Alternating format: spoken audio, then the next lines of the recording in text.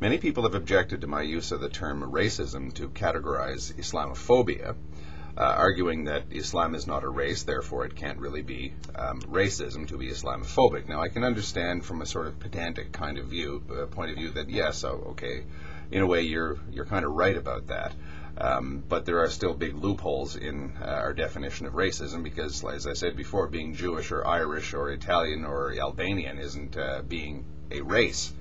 These are all Caucasians. Even though we've accepted that hating Jews because they're Jewish is racist, or hating Irish because they're Irish is racist, or Albanians, whatever. I understand that argument. At the end of the day, I don't agree with it, I don't buy it, but I understand it. The other argument, which I'm hearing increasingly, is that if you call somebody a racist, you're shutting them down. You're calling them names, essentially, bad words. If I criticize Islam, then I am a racist. People assume that that's what I'm saying, which, in my opinion, I've said no such thing. I haven't called anyone a racist. Well, I guess if you count Pat Condell, Geert Wilders, and maybe Thunderfoot, although I don't know Thunderfoot, so I'm not in a position to say. But the racist as an insult or as a bludgeon, the term racist as a bludgeon is a well-known tactic to shut people down. Although I haven't called anyone a racist. I have said the phenomenon of Islamophobia is, in all important ways, similar to the phenomenon of racism. I'm not calling anyone a racist here. What I'm saying is if you are a person who says that there's something wrong with being a Muslim, that there is something wrong with you if you follow Islam, you are a racist.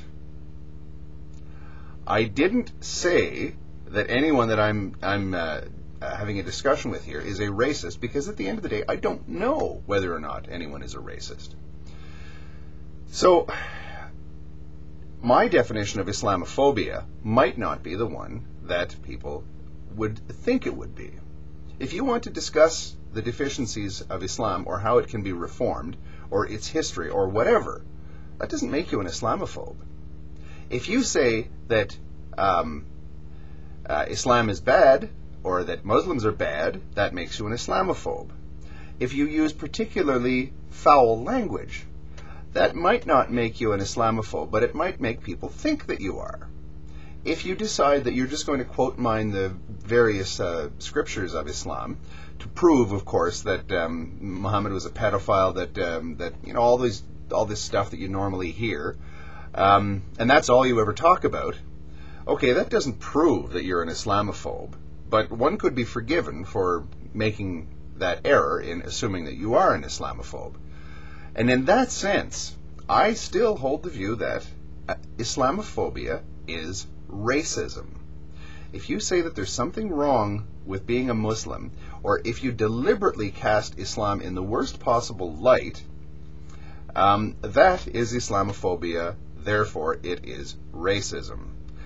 We can talk about anything that we want to talk about, and no one has the right to tell anyone to be quiet. I have the right to object to how people speak about Muslims. I have the right to be repelled, revolted, disgusted by the way people speak about it. And I will continue to make those sentiments clear to people exactly how I feel. But I won't tell anyone to be quiet. And I'm not using the terminology that I use in order to silence or smear anyone. But I will call a spade a spade. Thank you.